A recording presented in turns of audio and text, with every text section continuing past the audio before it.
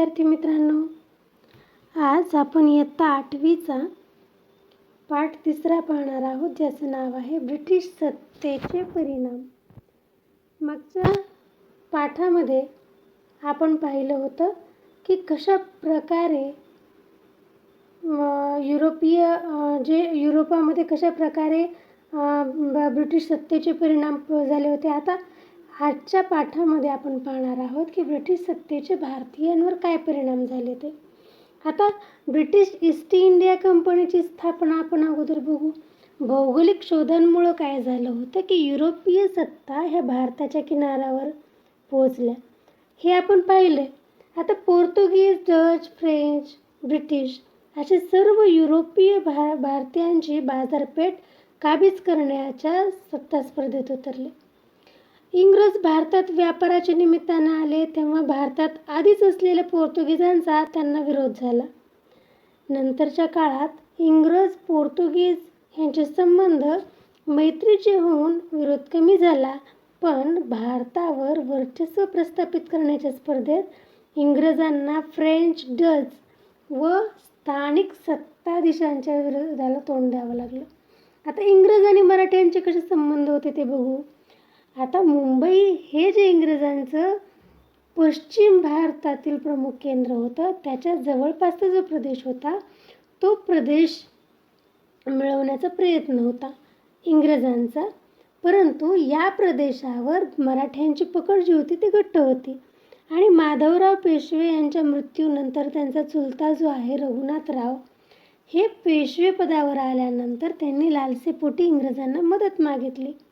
त्यामुळं काय झालं की मराठ्यांच्या राजकारणामध्ये इंग्रजांचा एक प्रकारे शिरकाव झाला आणि 1774 ते 1818 दरम्यान मराठे व इंग्रज यांच्यामध्ये युद्ध झालं. आता मराठे आणि इंग्रज यांच्यामध्ये युद्ध कधी झालं तर 1774 ते 1818 ह्या दरम्यान युद्ध झालं. आता पहिल्या युद्धामध्ये काय झालं होतं की पहिल्या युद्धामध्ये मराठा जो आहे तो मराठा जो एकत्रितपणे येऊन इंग्रजांना तोंड दिलं. कधी? पहिल्या युद्धामुळे. त्याच्यामुळं मराठ्यांची सरशी झाली. पण त्यानंतर 1782 साली सालबाईचा जो तह झाला, हा तह होऊन पहिले इंग्रज मराठा युद्ध संपलं. आणि तैनातीच्या फौजा होत्या त्या काय काम करत होत्या हे बघू आपण. तैनाती फौजा. आता ह्या ज्या तैनाती फौजा आहेत, ह्या तैनाती फौजा काय करत होत्या की 1797 लॉर्ड वेल्लेस्ली गव्हर्नर जनरल म्हणून भारतात आला. सर्व भारतावर त्यानं वर्चस्व प्रस्थापित करण्याचं त्याचं धोरण होतं, त्याची इच्छा होती. त्याच्यासाठी त्यानं काय केलं की अनेक भारतीय सत्ताधीशांशी तैनाती फौजेचे करार केले आणि ह्या करारान्वये म्हणजे ह्या कराराच्या माध्यमातून भारतीय सत्ताधीशांना इंग्रजांच्या लष्करी मदतीचं आव्हान देण्यात आलं. मात्र त्याच्यासाठी काही अटी घातल्या गेल्या. आता अटी कुठल्या घातल्या गेल्या तर बघा की अट अशी होती, अगोदर तर लष्कराच्या खर्चासाठी रोख रक्कम किंवा तेवढ्या उत्पन्नाचा प्रदेश कंपनीला तोडून द्यावा, किंवा त्यांनी इतर सत्ताधीशांशी इंग्रजांच्या मध्यस्थीचे संबंध ठेवावे, आपल्या दरबारी इंग्रजांच्या रेसिडेंट म्हणजे प्रतिनिधी ठेवावा, अशा अटी होत्या. भारतातील काही सत्ताधीशांनी ही पद्धत स्वीकारली आणि आपलं स्वातंत्र्य गमावलं. परंतु 1802 दुसऱ्या बाजीराव पेशव्यानं काय केलं, इंग्रजांशी तैनाती फौजेचा करार केला आणि हाच करार वसईचा तह म्हणून ओळखला जातो. वसईचा तह हा कोणता झाला मग तर 1802 दुसऱ्या बाजीराव पेशव्यानं इंग्रजांशी तैनाती फौजेचा करार केला. हा करार वसईचा तह म्हणून प्रसिद्ध आहे. परंतु हा जो तह आहे हा तह मराठा सरदारांना मान्य नव्हता आणि त्यामुळं दुसरं मराठा आणि इंग्रज यांचं युद्ध झालं.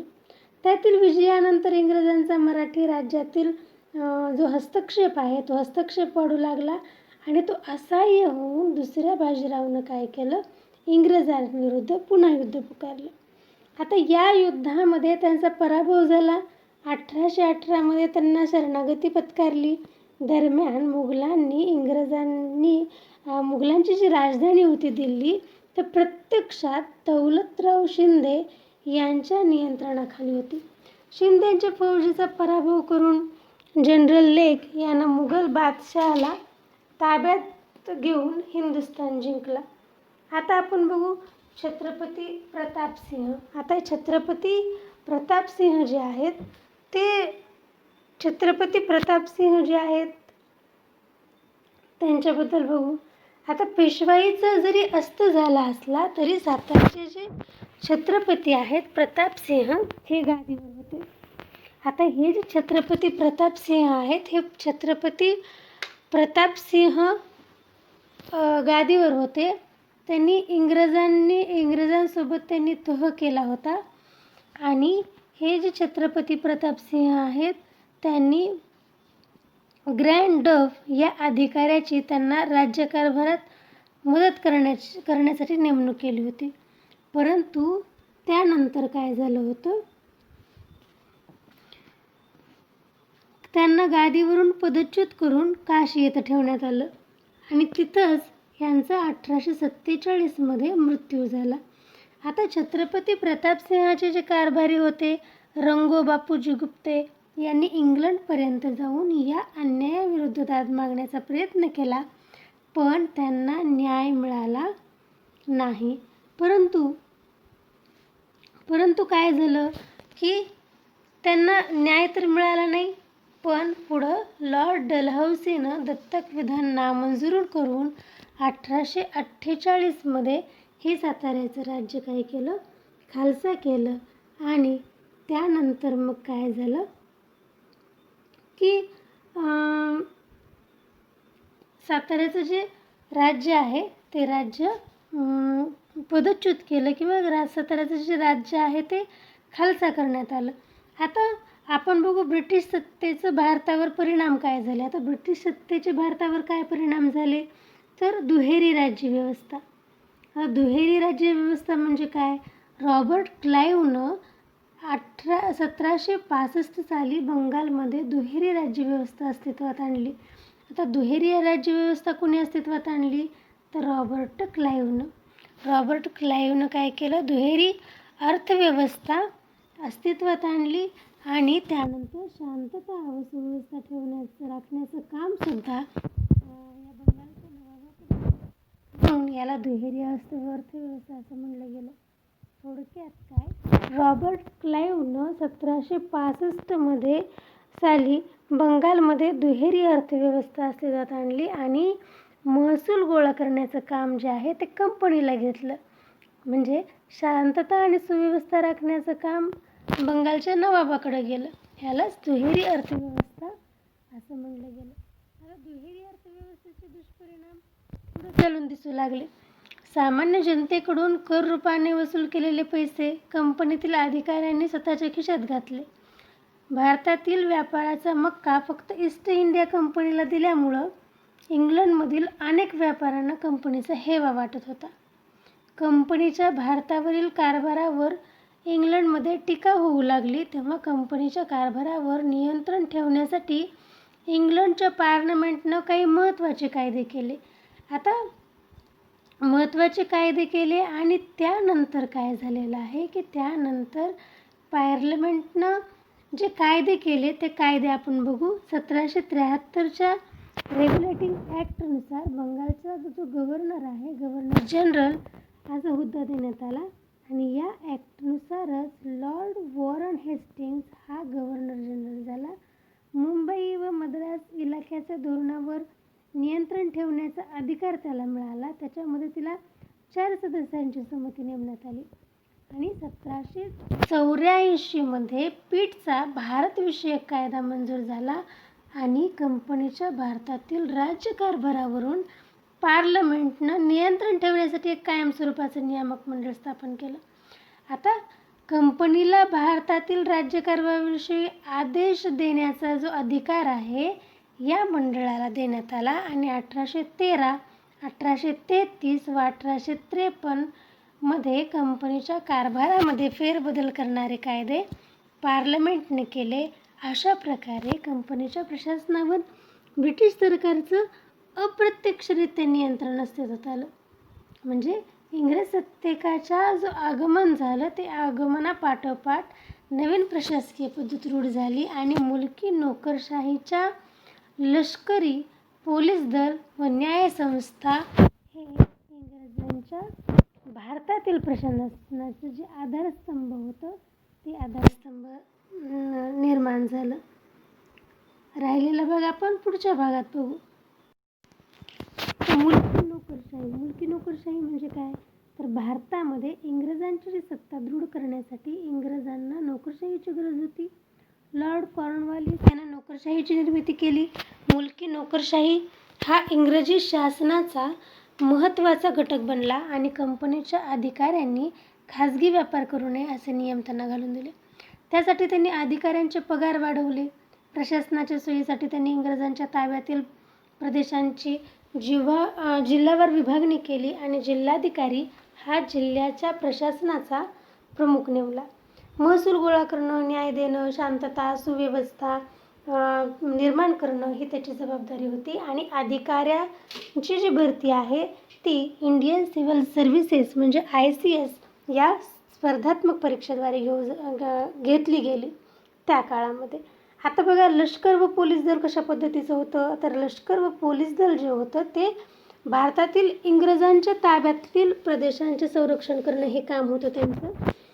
नवीन जे प्रदेश आहेत ते हस्तगत करणं आणि भारतातील इंग्रजांच्या विरोधी उठाव मोडून काढणं ही लष्करांची कामं होती. म्हणजे देशामध्ये कायदा आणि सुव्यवस्था राखणं हे पोलीस दलाचं काम होतं. आता न्यायव्यवस्था कशी होती, तर इंग्लंडमधील जी न्यायव्यवस्था होती तशाच पद्धतीनं भारतातील नवीन न्यायव्यवस्था होती. आणि प्रत्येक जिल्ह्यात मुलकी खटल्यासाठी दिवाणी न्यायालय, फौजदारी खटल्यासाठी फौजदारी न्यायालय आणि त्यांच्या निर्णयाच्या फेरविचारासाठी उच्च न्यायालय स्थापन केलं होतं.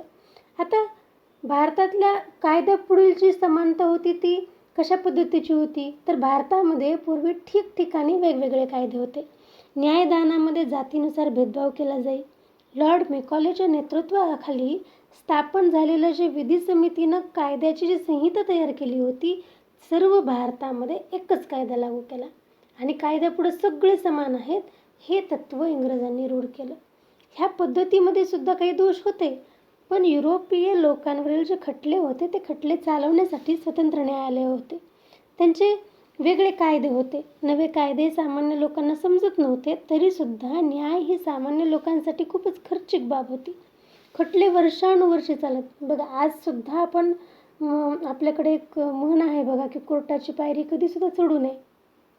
तशा पद्धतीनं हे कारण असं का म्हटलं जातं, तर हे जे खटले आहेत ते वर्षानुवर्षे चालत राहतात. आता इंग्रजांचं जे धोरण होतं ते आर्थिक धोरण कशा पद्धतीचं होतं ते बघू. प्राचीन काळापासून भारतावर आक्रमणे होत होती. अनेक आक्रमणे भारतामध्ये जे काही आक्रमक होते, ज्यांनी आक्रमण केले होते ते आक्रमक भारतामध्ये स्थायिक झाले. ते भारतीय संस्कृतीशी समरस झाले. त्यांची जरी येथे राज्य केलं असलं तरीसुद्धा भारताच्या अर्थव्यवस्थेमध्ये मूलभूत बदल केले नाहीत. पण इंग्रजांचं तसं नव्हतं. इंग्लंड हे एक राष्ट्र होतं, ते आधुनिक होतं आणि औद्योगिक क्रांतीमुळे तर भांडवलशाही अर्थव्यवस्था रूढ झाली होती आणि या अर्थव्यवस्थेला पोषक अशी अर्थव्यवस्था भारतामध्ये रुजवली होती. आता त्याच्यामुळं इंग्लंडचा आर्थिक लाभ झाला होता, पण भारतीयांचं जे धोरण होतं किंवा भारतीयांचं खूप आर्थिक शोषण होत होतं इंग्रजांच्या ह्या धोरणामुळं. आता त्यानंतर जमीन महसुलाची सुद्धा वेगवेगळे धोरणं होते.